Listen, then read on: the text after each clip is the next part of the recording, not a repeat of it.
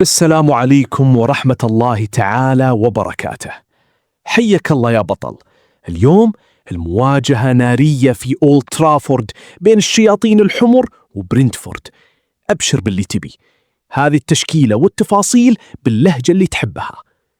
مباراة مانشستر يونايتد ضد برنتفورد، الدوري الإنجليزي.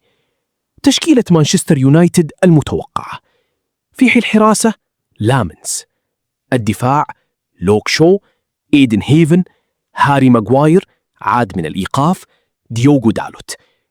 الوسط كاسيميرو، كوبي ماينو، وبراين ميبيومو يلعب ضد فريقه السابق.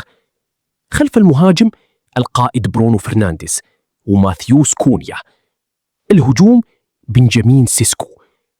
تشكيلة برينتفورد المتوقعة: في الحراسة كيليهر، الدفاع لويس بوتر، ناثان كولينز، فان دين بيرك، مايكل كايودي. الوسط ماتياس ينسن، يارموليوك. الهجوم كيفن شاد، ميكيل دامسغارد، دانغو واتارا، إيغور تياغو. توقعات المباراة: النتيجة الأقرب، الغالبية يتوقعون فوز مانشستر يونايتد بنتيجة 2-1 أو 2-0. ليش اليونايتد أقرب للفوز؟ عامل الأرض، المباراة في أولد ترافورد، واليونايتد تحت قيادة مايكل كاريك صاير يسجل هدفين على الأقل في أغلب مبارياته اللي على ملعبه.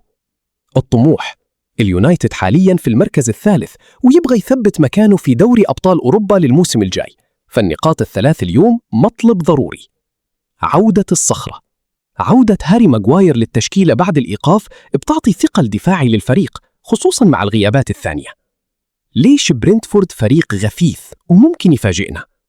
ملك التعادلات. برنتفورد داخل المباراة بسلسلة غريبة، تعادلوا في آخر 5 مباريات لهم في الدوري، فريق صعب ينكسر دفاعياً. التاريخ القريب: آخر مواجهة بينهم انتهت بفوز برنتفورد 3-1، وهذا يعطيهم ثقة إنهم يقدرون يكررونها. مبيومو، اللاعب براين مبيومو يعرف اليونايتد زين وممكن يسجل في أي لحظة من هجمة مرتدة.